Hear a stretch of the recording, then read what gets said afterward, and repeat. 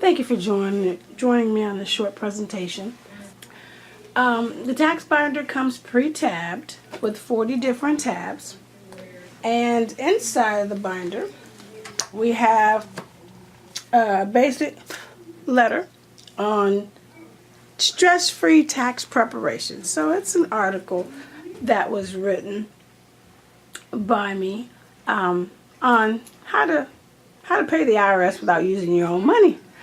So that's in a published article that's going to be in your binder.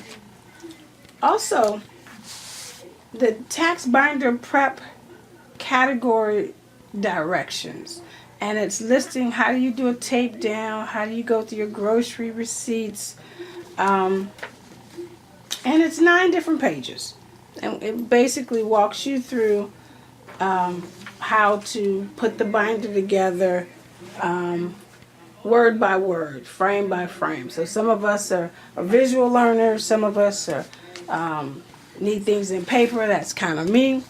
And so we put it all in writing for you. This is going to be the audio visual how to, right? Then you have what's called the peace of mind guarantee.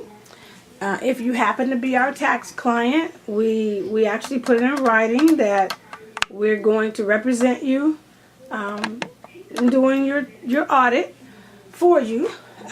If you're not audit sensitive and you paid for the whole protection, then we have that in writing for you. My resume is included so that you have a little history of what I am, who I am, all those credentials, things, and all that jazz. I'm a triple major with an undergrad in accounting. I'm a triple undergrad major along with accounting, finance, and insurance, along with JD in tax law and real estate law. So our focus is tax planning, tax deductions, teaching you all about that jazz, and then moving you into the real estate game and maximizing your deductions on the real estate side. This yellow sheet here is all the tax deductions, kind of for owning your own business. We kind of detailed that as well, all the categories as well as the tabs. This article is about taxpayers' fight against the IRS for hobby classifications. If you do not have documentation about your business and its deductions, then the IRS's job is to try and classify that business as a hobby, and you're not allowed those tax deductions only up to your earnings. So most people that are hobbying it are not really making any money. They're just having fun. They're out there doing crafts, and especially if the activity is a fun activity. IRS would love to put that into a format of hobby losses. And then we have in here what happens if you want to host a tax binder party. What's the referral commission? How do we compensate you for giving us referrals? And we love referrals. They're the best kind of business. Now inside your binder, you'll have some white basic paper, copy paper. And that white paper is so that you can do what we call a tape down. And the tape down is little gas receipts will go here and here. We tape it down at the top and the bottom, but you'll see that later in our presentation.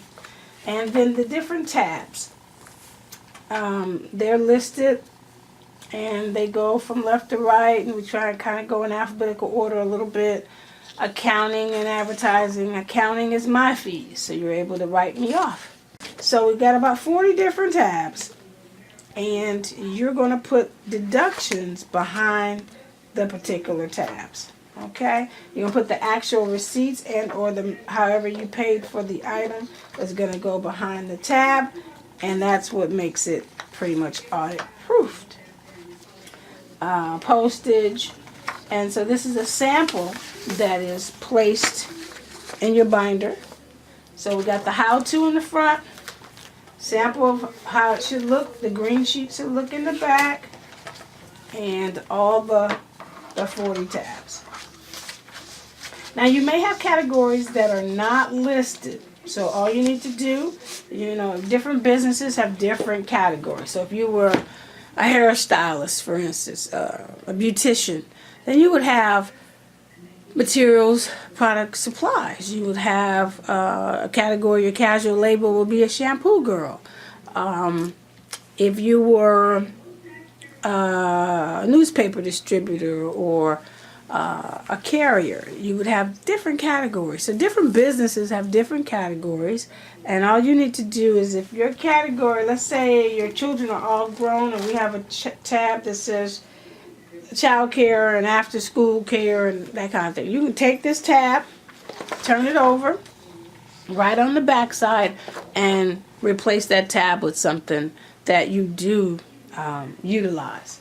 So there'll be a lot of tabs you may not use. You pull those tabs and you turn them over and put your tabs in your category of things that you purchase for your business. And on the front, we have a business flow chart of how do you write off your car. And that flow chart, we'd like you to follow that. We also have a mileage log that we would like you to have in your, it will come with your mileage log in your package, and that is so that you write off your car.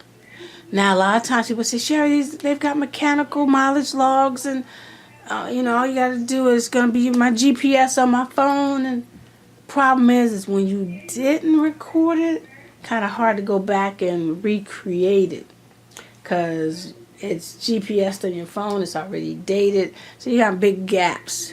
And I need your car to be at least 50% business deductible. So we'd like you to get the paper mileage log. You're going to find that it really actually is a better system when you miss days. And you will miss days, because we all miss days. But you can go back and fix it when you have your calendar and your basic paper mileage log. But if you just got the automated stuff, my husband tells me about it all the time, and I say, okay, show me the mileage log, man.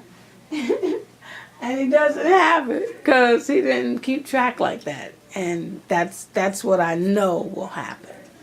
All right, thank you.